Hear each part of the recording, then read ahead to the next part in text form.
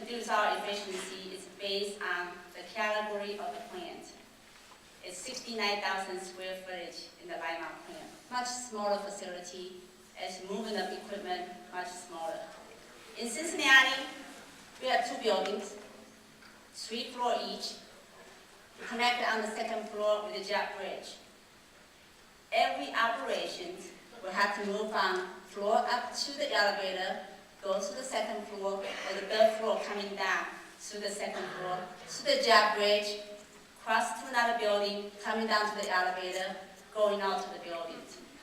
As I mentioned earlier, I am very proud of the accomplishment performed by all our employees, including the Cincinnati plant.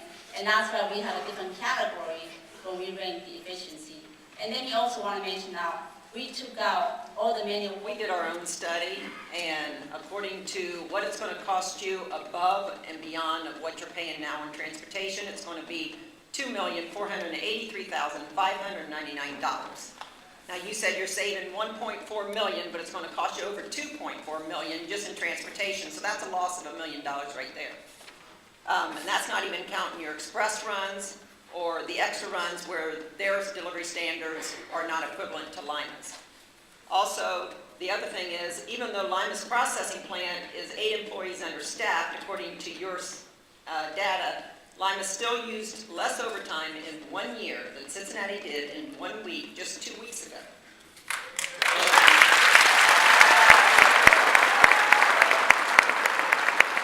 Also, it's all about saving money, considering the fact that Lima's efficiency is at 72%, Toledo's is at 64%, Dayton's is at 62%, and Cincinnati's is at 52%.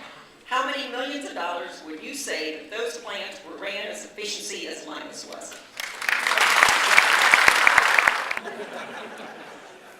I have a letter that I'll be sending in, but I don't want to read all of it. I'll read an excerpt now. I do want to comment that the points that have been made, I don't intend to reiterate here, not because I don't agree. There literally has not been a statement made tonight that I don't agree with. I'm talking about the factual assertions that have been made. But in addition to that, I want to read this and then I have a final comment to make.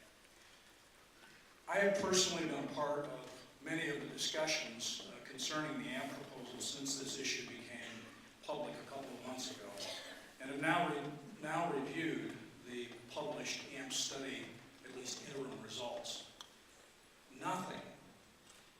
Nothing in what has been published thus far provides data that is compelling to the conclusions asserted in the study. There's no data. There's simply assertions. In fact, our experience in Lima is directly opposite of what the AMP study asserts. Over the years, there have been several studies of merging Lima mail processing into Dayton, along with routine weekend diversions of the mail to both Dayton and Toledo. Our experience is that in none of these efforts has service to the Lima region been maintained, nor forecast to be able to be maintained. Since it is the stated intention of the AMP study to maintain service to the Lima region, that is, one-day delivery being the achieved norm, then I respectfully and urgently make a request. I request that the U.S. Postal Service conduct an entirely open, public, and transparent study process. The process thus far has not been transparent. The conclusions are not understandable and nor supportable by publicly available data. That must change immediately.